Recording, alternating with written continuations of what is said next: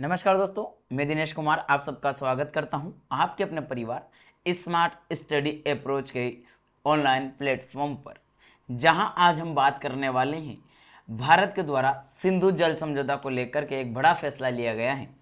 जो सिंधु जल समझौता ऊपर जो कोर्ट का फैसला आया था, उस फैसले को ठुकरा करके हम आगे बढ़ गए। तो ये कहने का मतलब ये कि हम अब भारत सरकार ये सीधा सीधा संदेश देना चाहती है पाकिस्तान, पाकिस्तानी जनता और विश्व के सभी अग्रणी देश या जो भी अपने राजनीतिक झटके देने का प्रयास करते हैं या दबाव डालने का प्रयास करते हैं, उन सभी देशों को एक कड़ा संदेश दिया गया है। और वह संदेश ये है कि भारत सरकार अब जो सिंधु जल समझौता को लेकर के जो बात हुई थी, सिंधु का जो जल है और उसके सहायक नदियों का जो पानी है वह पाकिस्तान में जो जा रहा था, जो समझौता के तहत उसमें जो अभी रोक लगी वह स्टे रहेगा और अब इस पर पुनर्विचार किया जाएगा। जो भारत का अपना जो जरूरत है वह पूरी होने के बाद ही दिया जाएगा, अन्यथा नहीं। इस तरीके का जो हमारा फैसला है उसको लेकर हम अड़िग हैं। याद रखिएगा, इस वीडियो में केवल हम बात करेंगे सिंधु जल समझौता के ऊपर। सिंधु जो नदी है और उसके सहायक नदियों के द्वारा जो नदियों का प्रवाह होकर के पाकिस्तान के अंदर पानी जाता है, उसके लिए जो वैश्विक जो कोर्ट है विश्व की, उसके द्वारा भी फैसला सुनाया गया था, उसको भी भारत सरकार ने नकार दिया है। एक पक्षी कह दिया कि ये जो है मुद्दा, ये विवादास्पद मुद्दा एक बड़ी भारत की तरफ होना चाहिए था ये, लेकिन आपने पाकिस्तान के पक्ष में इसका दिया है। हम इस मुद्दे को, इस निर्णय को नहीं मानते। तो जरा देख लीजिए पहले तो कि कौन कौन सी वे नदियां हैं जो भारत और पाकिस्तान के बीच में ये इस समय चर्चाओं का मुद्दा बनी हुई है, चर्चाओं का केंद्र बनी हुई है। तो देखिए, ध्यान से देखिएगा आप सभी इसको। अभी जो चर्चाओं का केंद्र बनी हुई है उसमें जो आपको प्रमुख रूप से है सिंधु नदी जल संधि में भारत और पाकिस्तान की हिस्सेदारी को लेकर के है। इसमें पश्चिमी नदियां और पूर्वी नदियां, दो तरीके की नदियां हैं। पश्चिमी नदियों की अगर बात करें तो सिंध है, जो हमारी सिंधु नदी है, सिंधु नदी, चिनाब और झेलम, ये तीनों नदियां जो है इधर मिलेगा। यहाँ पर भारत के अधिकार सीमित यहाँ पर मिलेंगे, भारत को यहाँ पर बहुत ही कम अधिकार दिया गया है। स्थिति के हिसाब से यह सिंचाई पावर प्लांट्स लगाने की केवल अनुमति है, बाकी पूरा का पूरा पानी सिंधु नदी का है और साथ ही आपका झेलम नदी है और ये जो चेनाब नदी है। ये तीनों जो नदियां हैं ऊपर वाली जो आपको यहाँ से दिखाई दे रही है ऊपर वाली, ये तीनों ही पश्चिमी नदियां कह करके पाकिस्तान को दे दी गई। एक तरीके से उपहार दे दिया, गिफ्ट दे दिया गया एक ऐसे देश को जिसको देना नहीं चाहिए था। और अभी भी जो विश्व कोर्ट का जो फैसला है उसमें भी यही बात, तो इसके ऊपर भारत सरकार ने पूर्णतः इसको नकार दिया है कि हम नहीं देंगे भाई इस बार। और पूर्वी नदी की अगर बात करें, पूर्वी नदियों में तो यहाँ पर आपके सतलज है, ब्यास है और रावी है। यानी कि आपका सतलुज नदी जो कि ये यहाँ पर है, सतलुज नदी आपकी ये वाली, ये जो सतलुज नदी है ये वाली, ये इसके बाद में अगर देखेंगे आप तो ये आपकी मिलेगा यहाँ पर आपको एक और ये सतलुज तो ये आ रही है, वही तो बोलो सतलुज तो लंबी है, ये सतलुज है, ये व्यास नदी है और ये रावी नदी है। ये रावी नदी बीच में ये इतनी सी ये वाली है। तो कहीं ना कहीं दोनों तीनों जो छोटी नदियाँ एक तरह से सतलुज को छोड़ करके, उसके अलावा जो छोटी नदियाँ है वह भारत को दी गई। किसको दी गई? भारत को दी गई। तो ये भारत के साथ कहीं ना कहीं पक्षपात हो रहा है। और आज उस समय भारत की जरूरत कम थी तो हमने कम में भी मान लिया, हमने दे दिया। लेकिन आज भारत की भी जरूरत है। भारत में भी राजस्थान का एक सूखा क्षेत्र पड़ा हुआ हमारे पास, वहाँ की पॉपुलेशन के लिए हमें पानी चाहिए। और भारत के अन्य जो दक्षिण वाले राज्य हैं वहाँ पर भी पानी की जरूरत है। तो क्यों ना हम ये सदाबहार जो नदियाँ हैं इनके पानी को हम इन भारत की अन्य नदियों के साथ जोड़ते हुए दक्षिण भारत तक लेके जाए, ताकि इंटरलिंकिंग आपस में हो जाएगी। तो भारत की सभी नदियाँ क्या होगी? सदाबहार नदियाँ के रूप में हो जाएगी और भारत में अच्छे से पानी की पर्याप्त मात्रा मिलने लगेगी। इन्हीं चीज़ों को लेकर के हम आज इसको डिस्कशन करने वाले हैं। जो भारत सरकार ने जो इनकार किया, किस किस आधार पर किया है, इसके ऊपर हम बहुत ही अच्छे से डिस्कशन करने वाले हैं। ठीक है, चलिए करते हैं और आगे बढ़ते हैं। हम सबसे पहले ये तो हमारा थंबनेल में जो मेन जो नदियां हैं वो आपको मैंने इस नक्शे में बता दिया है। अब हम आगे बढ़ते हैं और देखते हैं कि क्या खबर है।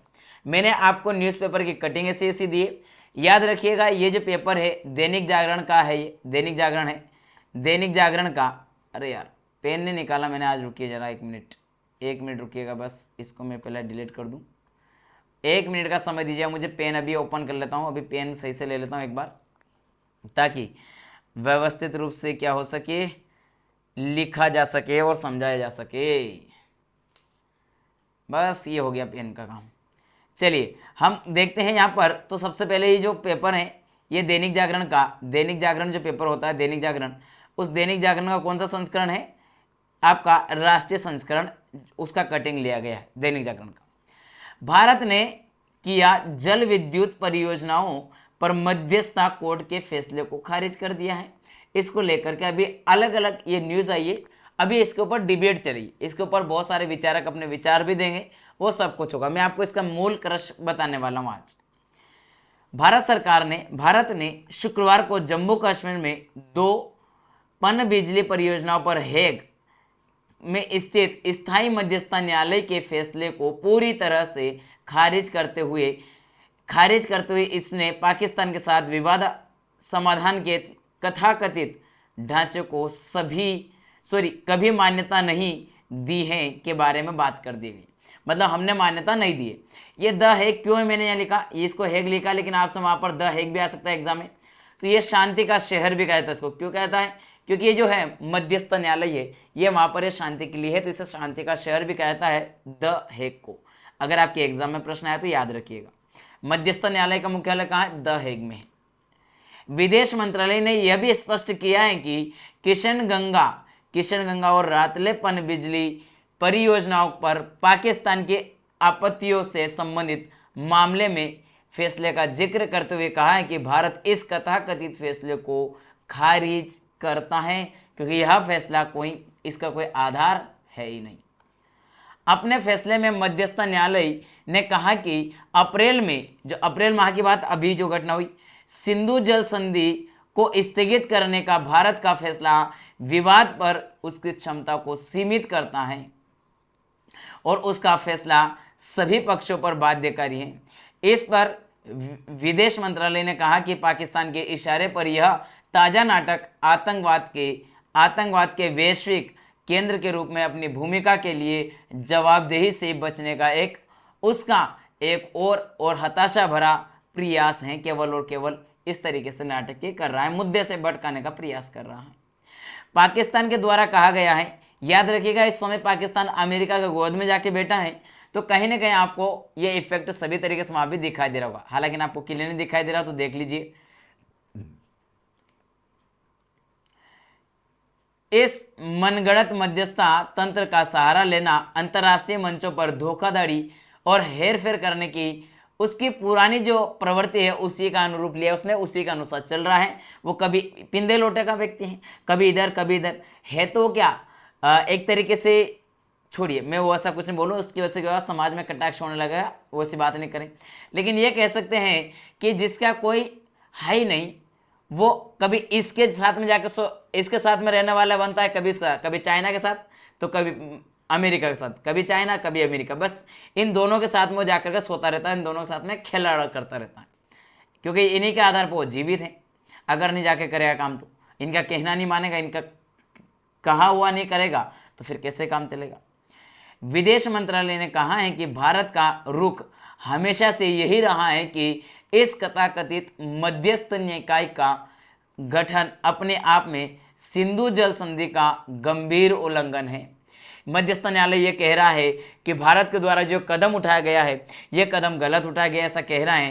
तो ये ना भारत सरकार ने भी कहा कि नहीं हमने कुछ गलत नहीं किया, हमारी ज़रूरत है, अभी तक हमने दिया तो दिया, वो हमारे उदारता थी, लेकिन अब हमें कोई उदारता नहीं है, अब हमें वहाँ की जनता से भी कोई प्यार नहीं है।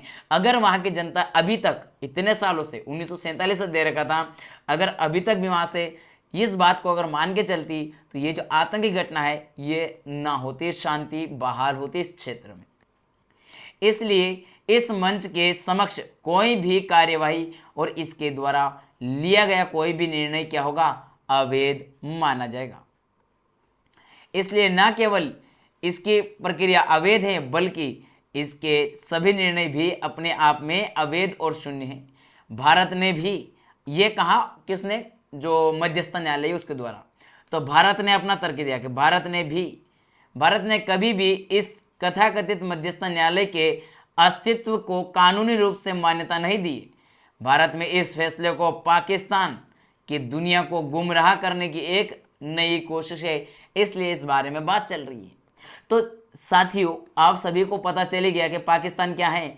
ये लुढ़कता हुआ इंसान है, कभी इधर जाएगा कभी उधर जाएगा और इधर उधर चाटता फिरेगा, ठीक है ना। यही है इसका, कटोरा लेके घूमेगा, भीख मांगेगा, जिसने भीख दिया उसकी वाई वाई करेगा, उसी के साथ खड़ा रहेगा। तो याद रखना, इस सिंधु जल संधि को लेकर के मध्यस्थ न्यायालय के अंदर ये हो ही रहा है, बहुत चर्चा में है। तो जब से ऑपरेशन सिंधु हुआ, जब से इन पहलगाम आतंकी जो घटना हुई, उस समय से भारत में भी कदम जो उठाए गए उसको लेकर के वो चाहता है कि सिंधु का जल उसको मिले। लेकिन अब इस समय भारत सरकार पूर्णतः निर्णय ले चुकी है कि हम नहीं देंगे। अब आपको अपनी परीक्षा की दृष्टि से यहाँ क्या क्या चीज़ें महत्वपूर्ण है वह हमें याद रखना है। तो जरा ध्यान दीजिए मेरे साथियों कि यहाँ पर आपको परीक्षा की दृष्टि से क्या क्या महत्वपूर्ण। पहला पॉइंट तो है कि भारत और ये जो सिंधु जल समझौता है, इसमें पाकिस्तान के लिए कौन कौन सी नदियाँ हैं, पाकिस्तान को कौन कौन सी नदियों का पानी, तो पश्चिमी वाली का, जो पश्चिमी नदियाँ, पश्चिमी नदियों का मिलेगा, ठीक। इसके बाद में भारत को कौन सी नदियों को, तो भारत को लिए बात अगर कर ले, भारत की अगर बात कर ले तो भारत को कौन कौन सी नदियों को मिलेगा, तो पूर्वी नदी जो है जितनी भी तीनों उनका मिलेगा, पूर्व की तीनों नदियाँ और पश्चिम की तीनों। यहाँ पर 80-20 का परसेंटेज चलेगा, 80-20 का यहाँ पर चलेगा, 80:20 का रेशो है। 80 पाकिस्तान के लिए है और 20 भारत के लिए। अब यहाँ पर ऐसा है, यहाँ पर पूर्वी में यहाँ पर भी चलता है 80 और 20 का ही रेशो चलता है, 80 और 20 का ही चलता है, लेकिन यहाँ भारत पहले होगा और यहाँ पाकिस्तान बाद में आ जाएगा। ये यहाँ पर बात होती है। तो ये बात याद रखनी। इसके बाद अगला क्या पॉइंट हमारे लिए महत्वपूर्ण है सर, तो हमारे लिए अगला जो पॉइंट है महत्वपूर्ण वह है जो मध्यस्थता न्यायालय जो है, मध्यस्थता न्यायालय जो है, इसका मुख्यालय या ऑफिस जो है वह कहाँ है, तो वह है द हेग में। कहाँ पर है, द हेग में। यह द हेग वाला पूछा जाता है। मध्यस्थ न्यायालय के फैसले को क्या किया, मध्यस्थ न्यायालय जो है पाकिस्तान के पक्ष में था। किसके पक्ष में, पाकिस्तान, नल्ला के पक्ष में था। नल्ला लिखने, तो इसको नल्ले के पक्ष में था, नल्ला के पक्ष में था। इसलिए भारत सरकार ने इसको क्या कर दिया, खारिज कर दिया। इस फैसले को भारत सरकार के द्वारा खारिज कर दिया गया, ठीक है। तो ये बातें आपको बतानी थी, इसी जानकारी को देने के लिए मैं आया था। अब ये जो प्रमुख जो नदियां हैं हमें ये पता होना बहुत जरूरी, याद रखिएगा, ये आपसे पूछी जा सकती है। हालांकि नदियों का जो आपको मैप में मैं पहले दिखा चुका हूं कि जो आपकी सिंधु है, चेनाब है और झेलम है, ये पश्चिमी वाली है जो कि पाकिस्तान के पास है। सतलज, ब्यास और रावी, ये 3 नदियां हैं जो कि पूर्वी वाली है और ये भारत के पास स्थित हैं। अगर यहाँ नदियों को एक बार और आप गौर से देख लें तो चलिए मैं दिखाता हूँ आपको नदियाँ गौर से। थोड़ा इसको इरेज करना पड़ेगा, मुझे इसको इरेज करना पड़ेगा, रुकिएगा जरा, ठीक है, अब सही। चलिए तो मैं आपको नदियाँ दिखा देता हूँ। यहाँ पर आपको मिलेगी ये वाली जो नदी है, ये वाली, अच्छा यहाँ से कलर चेंज करता हूँ। पाकिस्तान के लिए जो नदियाँ जो दिया गया था पाकिस्तान का मुख्य था वो वाली बात करते हैं। जो नदी जा रही है ये आपकी सिंधु नदी, ये आपकी यहाँ से जा रही है, ये है आपकी झेलम नदी। कौन सी है, झेलम है। ये यहाँ से जो आपकी आ रही है आपकी चेनाब नदी। ये कौन सी आपकी चेनाब नदी है, कौन सी है, चेनाब नदी। इसके बाद ये जो तीनों नदियाँ हैं, ये जो मैंने ग्रीन कलर से बनाई, ये तीनों नदियाँ कहाँ जा रही है, पाकिस्तान में जा रही है और पाकिस्तान को इसका क्या मिल रहा है, पूरा परिणाम मिल रहा है अच्छे से। इसके बाद भारत को मिलती है रेड वाली, तो ये है आपकी रावी नदी, ये आपकी व्यास नदी, ये यहाँ करके मिल जाती है। और इधर से आपके चली आ रही है कौन, सतलुज नदी, तो ये चली आती है और ये यहाँ पर क्या हो रही है, जा रही है। तो इस नदियों का जो पानी है इसका, ये जो रेड वाली है, लाल वाली जो बनाई मैंने, ये भारत के लिए है, ये भारत के लिए, इसका भारत के पक्ष में है। जबकि इन तीनों का जो है इनका नल्ला के पास है। किसके पास है, नल्ला के पास है। तो ये इसको ही लेकर के भारत सरकार के द्वारा ये निर्णय लिया गया है। तो इन नदियों को याद रखिएगा साथियों। आज के लिए इतना ही, अभी अगले वीडियो मिलेंगे, 1-2 वीडियो और बनाऊंगा छोटे छोटे जो आपके लिए महत्वपूर्ण होंगे। उन सारे वीडियोस में धीरे धीरे देखते रहिए। ऐसे ही मज़ेदार वीडियो प्राप्त करने के लिए आप हमारे सेशन को लगातार फॉलो करने के लिए सब्सक्राइब कर लीजिए, बेल आइकन ऑन कर लीजिए ताकि अगला वीडियो का नोटिफिकेशन आपको सबसे पहले मिल जाए।